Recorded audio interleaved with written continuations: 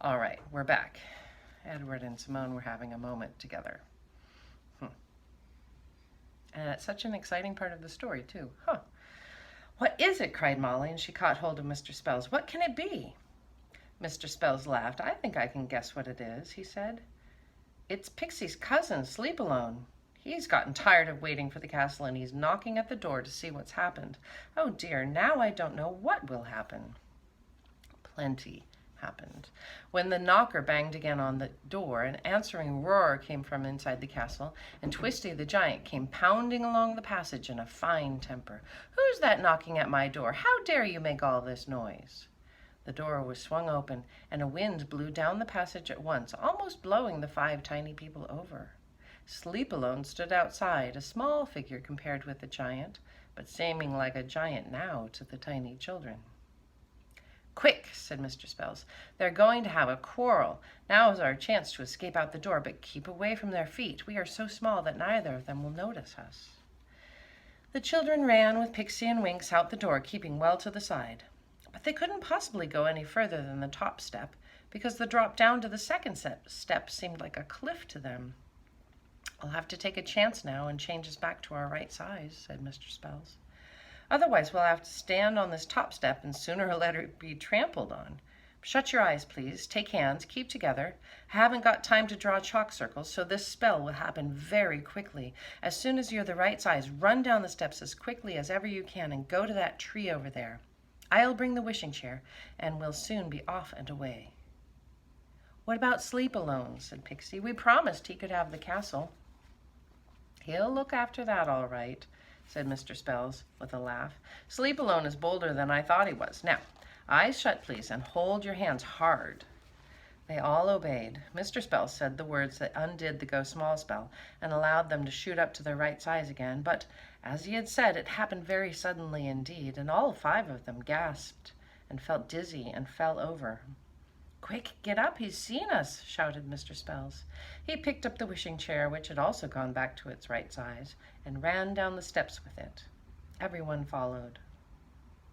Sleep Alone and the giant had been having a real rough and tumble. The giant was stronger and bigger than Sleep Alone, but Pixie's cousin had gotten in so many jabs and punches that the giant had completely lost his temper. He lashed out at Sleep Alone, who ducked. He stumbled, and that wouldn't have been the end of him if the giant hadn't, at that very moment, caught sight of the 5 prisoners tearing down his steps. He was so tremendously astonished that he forgot all about Sleep Alone and simply stood there staring out of his saucer-like eyes. And then with a bellow he was after them. How did you escape? He roared. Come back, or I'll throw you all up to the moon. Mr. Spells put down the wishing chair. He sat in it quickly, and he pulled Peter and Molly onto his knee. Winks and Pixie sat on the back. Home chair, ordered Mr. Spells, and at once the obedient wishing chair rose into the air. The giant made a grab at it, but the chair dodged, and Mr. Spells hit the giant smartly on his outstretched hand. The giant yelped. Goodbye, called Pixie, waving. But meanwhile, what had happened to Sleep Alone? Plenty. When he saw the giant rushing after the others, he stood and he stared for a moment, and then he grinned, and then he hopped into Wandering Castle, and he shut the door quickly and quietly. And when Twisty turned around to go back and finish his quarrel with Sleep Alone, there was no castle there at all. It had gone on its wanderings again. Oh dear, I do wish we could stay and see the giant looking for his castle, said Molly. What a shock he's having.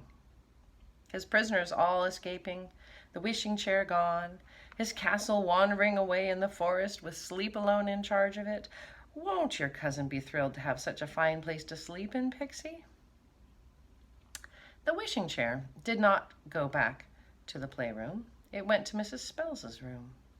They went in to see Mrs. Spells and told her about their extraordinary adventures, and to their surprise, Cinders was there and produced some excellent fruit buns that Mrs. Spells said he had just made. He really was a most remarkable cat. Molly glanced out of the window that looked out onto the sea. Oh, look, she cried, there's our ship, the Molly.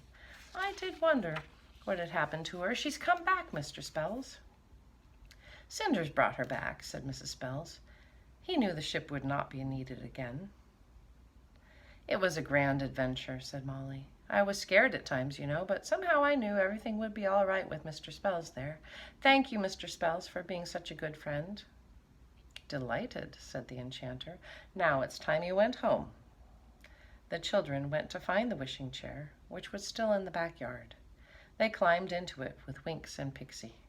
Take us home, chair, cried Peter, and up into the air it rose, flapping its big wings, and in 5 minutes' time they were all back in the playroom once more. And when we read together again, it will be Chapter 22. Winks and Pixie are silly.